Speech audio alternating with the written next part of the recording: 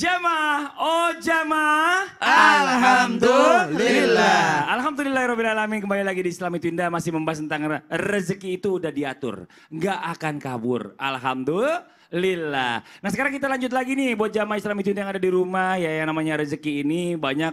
Ini pasti kita bisa sukses sekarang karena doa dan restu dari orang tua. Tapi kenapa sih pertanyaannya masih banyak yang namanya anak-anak itu kok pelit sama orang tuanya. Nauzubillah min zalik. Dan ada pertanyaan lagi. Ada yang pelit sama orang tuanya Kak Fadli. Tapi ternyata dia sukses-sukses aja tuh katanya. Sukses-sukses aja tuh. Susah amat ngomongnya. Sukses-sukses aja. Apakah memang begitu? Tetap lancar walaupun pelit sama orang tua. Nah ini Ustaz Syam jelasin Ustaz Syam nih. Biar anak milenial paham. Tapi guru kami Usman, Ustaz Maulana, Mas Fadli serta guru-guru kami yang dimuliakan Allah Subhanahu wa taala. Ba'da naqul a'udzu billahi minasyaitonir rajim. Wa wassayna al-insana biwalidayhi hamalathu ummuhu wahnan 'ala wahnin وفصاله في عامين أن اشكر لي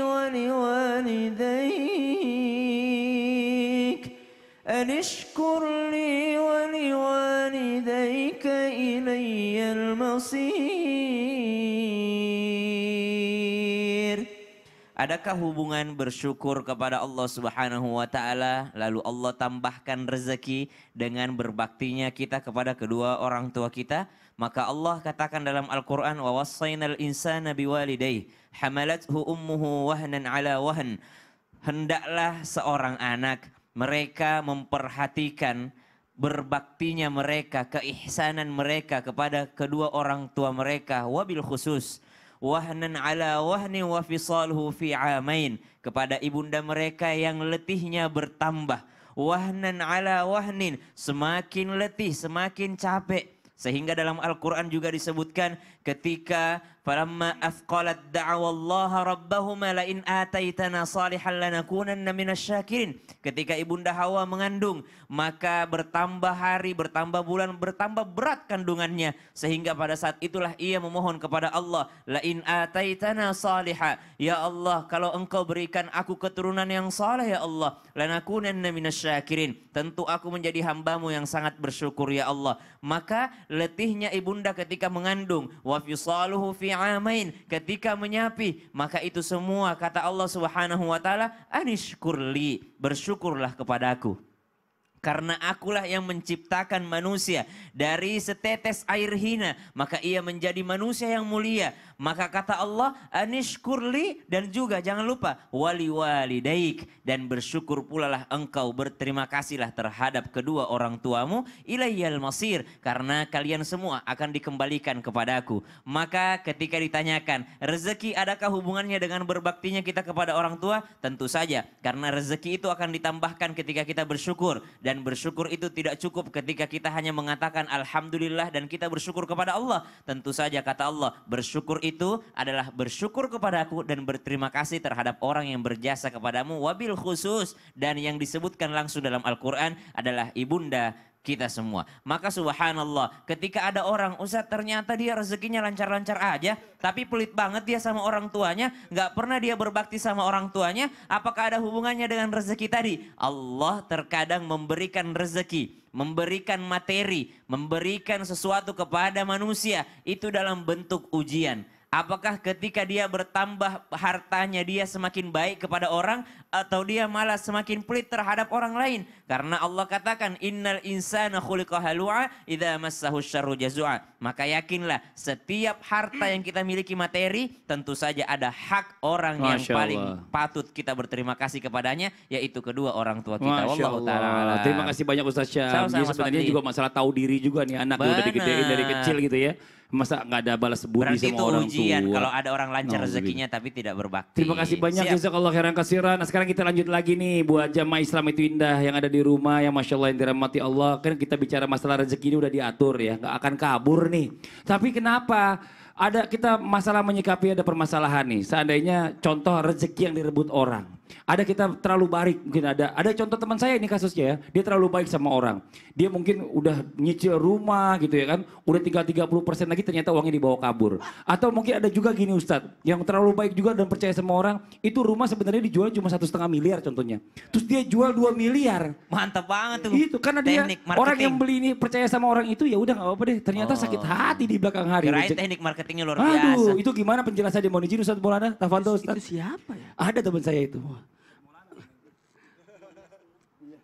Baik, bismillahirrahmanirrahim. Allahumma shalli ala sayyidina Muhammad wa ala ali sayyidina Muhammad. Satu hal buat kita, tolong baik sangkalah akan apapun yang terjadi. Baik sangkalah akan apapun yang terjadi. Makanya menyikapi rezeki yang dibawa kabur orang. Gimana nih kalau ada rezeki dibawa kabur orang? Ambil lagi kejar tuh orangnya. Nah coba. Saya kejar orangnya terus sampai dapat. Ada, saya kasih perumpamaan. Ada seorang di bandara. Dia naik motor di bandara. Tiba-tiba motor itu dibawa kabur orang. Dan apa yang terjadi? Dapat kabar bahwa ada orang kecelakaan, hancur motornya. Lalu ditanya. Tadinya, awalnya ketika motor itu dicuri, dia nangis sejadi-jadinya, ya Allah motorku. Tapi ketika datang kabar bahwa motor yang hancur itu adalah motornya yang dicuri tadi, maka apa yang terjadi? Mau tahu? Mau tahu? Mau tahu? Mau tahu? Ternyata berubah. Kalimat sedih berubah menjadi senang. Harusnya dia yang di sana yang kecelakaan. Tapi dia tidak apa-apa. Karena cuma motornya saja yang hancur. Itu namanya takdir. Maka yakinlah akan ketetapan rezeki itu tidak akan berkurang dengan dicurinya. Dan memang sudah diambil oleh orang. Makanya jangan pelit sama orang. Mohon izin, ya ini contoh. Saya dikasih air, ya bagus. Coba ditumpahkan di sini dong airnya. Di sini dong, buka dulu. Ini ada tempat minum. Ini kosong. Lalu diisi, ya Allah shalli ala sayyidina Muhammad. Lalu diisi air. Nah, ini rezeki siapa, Li? Rezeki orang jadi tadinya. Ini buat siapa? Buat Ustadz. Salah. Air minum ini saya kasih buat Habib. Ternyata ini rezekinya Habib. Yang ini rezeki saya. Padahal Ya, saya sedikit. minta. Artinya apa? Bisa jadi rezekinya Habib, rezekinya Mas Fadli itu lewat jalur kita. Sama. Silakan Habib. Habib nggak mau rezeki dibalikin lagi ke saya. Alhamdulillah. Ternyata Habib nggak mau ya. Bukan digigit sama dia. Oh digigit. Dia jijik ya. Bukannya digigit. Itu sudah diatur. Makanya kalau ada tamu datang, enggak usah kaget. Ih, banyak tamu. Memang rezekinya ada di rumahmu. Maka jamulah tamu itu. Bukan mengurangi rezekimu. Tapi tamu itu datang bukan mengambil rezekimu. Tapi dengan disitulah kita mendapatkan keberkahan. Rezekinya datang, lalu ketika dia pergi, terhapuslah dosa-dosa kita. Maka ketika kita kecurian, ditipu orang, cepat berdoa. Doanya orang terzalimi itu dikabulkan. Dengan jalur itu doa kita dijabah dan akan mendapatkan pahala yang luar biasa. Dan sebagai penghapus dosa. Dan bisa jadi nanti di kemudian hari kita sudah di sorga terus ada orang. Ini pahala salah. Aku kan gak pernah haji. Aku kan pernah puasa. Ini pahala salah, haji, pahala zakat. Sedekah. Loh, karena pernah kecurian lalu diambil. Wih, Masya Allah. Jadi Itu contoh tadi. Contoh tadi Aku ya. niatnya untuk Ah. ternyata Habib nggak mau minum. Nggak mau, Karena balikin lagi ke saya. Dibuka. Berarti memang tetap rezeki saya. Masalahnya bukan gitu, bukannya digigit sama dia. Itu salah satu strategi biar rezekinya nggak lari ke orang lain. Terima kasih banyak Ustadz Maulana. Tepuk tangan dong buat Ustadz Maulana dong. Masya Allah. Sekarang kita lanjut lagi nih ya buat jamaah Islam Tinda yang ada di rumah ini. Masya Allah bicara masalah rezeki ya. Kalau rezeki ini pasti kita pengen rezekinya dimudahkan sama Allah Subhanahu wa taala. Nah, sekarang ada nggak sih amalan untuk dimudahkan rezeki atau mungkin zikir-zikir apa yang bisa kita amalkan setiap hari biar rezeki berdatangan berebutan ke kita. Masya Allah. Bib, penjelasannya Bib. Yang rezekinya banyak kita minta ilmunya. Bismillahirrahmanirrahim. Allahumma sholli ala sayyidina Muhammad wa ala sayyidina Muhammad. Rizki adalah kehendaknya Allah Subhanahu wa taala. Karena apa? rizki merupakan ketetapan takdir Allah. Jodoh, maut, rizki. Sudah ditentukan oleh Allah Subhanahu wa Ta'ala. Yang bisa merubah takdirnya Allah Subhanahu wa Ta'ala apa itu? Yang pertama adalah sodakoh. Sodakoh itu nggak nunggu kaya. Berapapun yang kita milikin, kita sodakohkan. Ya kan ada presentasi. Ustadz Maulana kekayaan misalkan ada 20-50 miliar. Atau 100 miliar. Kalau Ustadz Maulana sodakohnya 30 miliar, besar. Kalau uangnya rumahnya udah lunas kalau Ya kayak kan? gitu Maya. Misalkan Mas Fadli. Ya kan? 50 miliar rumahnya udah Misalkan lunas. Mas Fadli Allah kasih rizkinya. Amin. Ada misalkan sekarang hari ini cuma Amin, ada 300 ribu. Jangan 300.000 dong, Bib. Misalkan. Oh iya, Sodakohnya amin, ya Allah. 200 ribu. Berarti Amin. kan besar. 300 ribu tapi dolar. Amin, Iya. amin ya Allah. Nah, jadi rizki itu yang Allah berikan. Mau kalian punya, kita atau siapapun. Punya rizki cuma 50 ribu. Sodakoh 20 ribu itu udah besar banget. Udah kurang lebih berapa persen tuh? 20 ribu kurang lebih 40% dia udah sodakoh. Sodakoh itu nggak nunggu kaya, sedekah. Yang bisa merubah takdir adalah sodakoh. Terus apa lagi? Silaturahmi. Terus apa lagi? Bermunajat dan meminta kepada Allah Subhanahu wa Ta'ala. Maka Allah akan berikan rezeki tersebut. Oleh karena itu apa sih amalannya? Biasanya ketika habis sholat asar saya selalu membaca idza waqa'atil waqi'ah laisa liwaqa'atiha kadzibah. Dibaca setiap habis sholat asar. Insya Allah itu bisa mendatangkan rezeki. Saya ketika habis sholat asar bergegas saya kan baca itu. Bismillahirrahmanirrahim. Saya baca al-waqiah ya Rabb. Dengan berkahnya waqiah saya bisa mendapatkan rezeki dari Allah Subhanahu wa Ta'ala. Apalagi yang saya bacakan.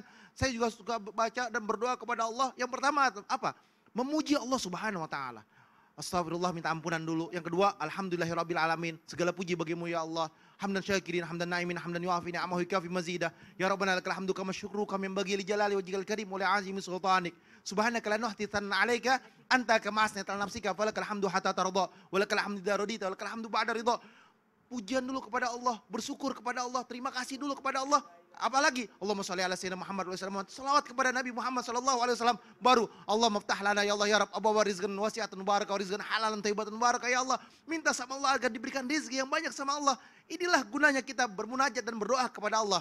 Terus apa lagi sih? Salat yang benar, salat yang khusyuk sebagaimana tadi dijelaskan wasainu bisabri wasalah wa innaha lakabiratun ila al-khashin adalah di mana yang dia khusyuk dia paham. Ketika dia sujud habis itu duduk di antara dua sujud, Rabbighfirli warhamni wazburni warfa'ni warzuqni wahdini wa'afini wa'fu'ani. Minta kepada Allah rizki yang Allah kasih petunjuk. Inilah mereka yang sholatnya khusyuk minta sama Allah, Allah kabulkan doanya. Masya Allah. Terima kasih banyak Bib atas penjelasannya. Ya. Jadi namanya rezeki itu begitu ya Pak Jamaah ya. Nggak bisa terlalu dipaksakan juga. Kalau memang bukan rezeki kita nggak bakalan dapat. Kayak tadi walaupun dipaksain dari Ustadz Maulana dibagi buat Habib. Kalau emang itu rezeki saya yang minum. Habib balikin Masalahnya lagi. ente gigit. Iya. Kan nggak sengaja kegigit. Kalau nggak keluar. Tahu nggak kenapa saya bikin Yuk, kita contoh minum? lanjut. Kenapa saya tadi contoh minum? Apa Saya tuh? lihat Habib seret, Oh saya seret. mau minum. Ya rezekinya rezeki saya. Ternyata saya lebih seret. Oke kalau gitu kita kembali membacakan pertanyaan yang masuk di sosial media. Langsung aja kita masuk ke segmen Tanya Dong Ustadz. Kami semua tanya dong Ustaz. Kita masuk ke pertanyaannya. Sebentar, lagi loading. Oh ini dia. Dari ga.lang6283. Assalamualaikum Pak Ustadz, saya mau bertanya, mengapa rezeki yang selalu saya dapatkan hanya sebuah kebohongan dan kebohongan belaka oleh suami saya? Ya Allah ya Robbi. Sementara saya sebagai istri selalu berdoa dan berdoa berharap agar suamiku mendapatkan rezeki dari Allah Subhanahu wa Ta'ala. Rasanya sakit hati ini Pak Ustadz bila harus bersabar terus-terusan menghadapi semua ini. Pak Ustadz, bagaimana caranya saya menyikapi Pak Ustadz? Terima kasih Pak Ustadz. Assalamualaikum warahmatullahi wabarakatuh. Waalaikumsalam warahmatullahi wabarakatuh. Ustadz Syam mohon izin. Ya. Dijawab, bukan Ustadz Syam tukang bohong ya, bukan maksudnya. Saya nggak ngerti Yang sebenarnya. jawab masalahnya. Saya nggak ngerti rezeki kebohongan tuh apa tuh maksudnya. Enggak, lakinya janjiin doang, PHP, ini PHP, kira dapet rezeki, dia nggak kecipratan kayaknya gitu deh. Ya mudah-mudahan ada husnuzon terhadap pasangan kita karena ternyata kebanyakan daripada penduduk neraka kata baginda Nabi SAW adalah wanita yang tidak bersyukur.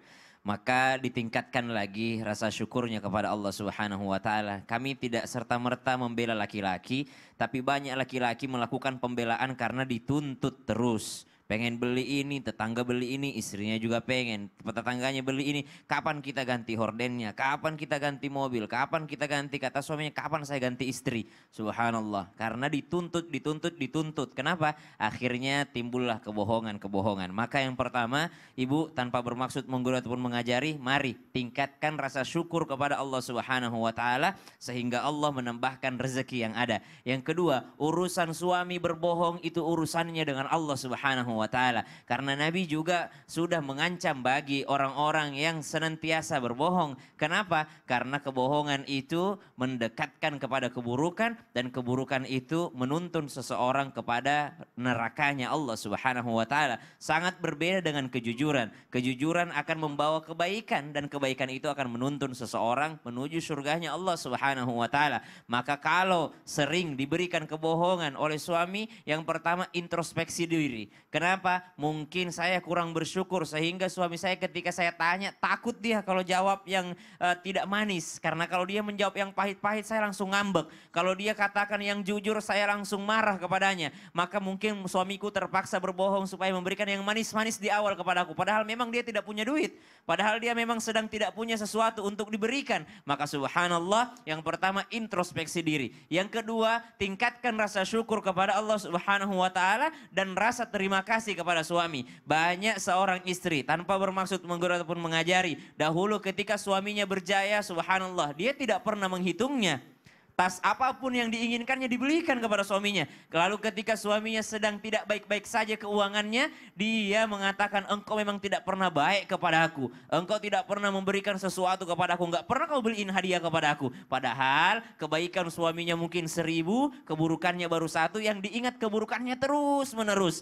Pelitnya aja terus menerus yang disebutkan, subhanallah. Padahal dahulu suaminya ketika berjaya keuangannya, mereka memberikan yang lebih kepada istrinya. Maka tingkatkan rasa syukur dan terima kasih kepada Allah Subhanahu wa taala. Yang ketiga, sikapi dengan apa? Sikapi dengan bersabar. Kenapa bersabar? Karena segala sesuatu mesti dengan kesabaran. Ya ayyuhalladzina amanu ista'inu bis-sabri was-salah.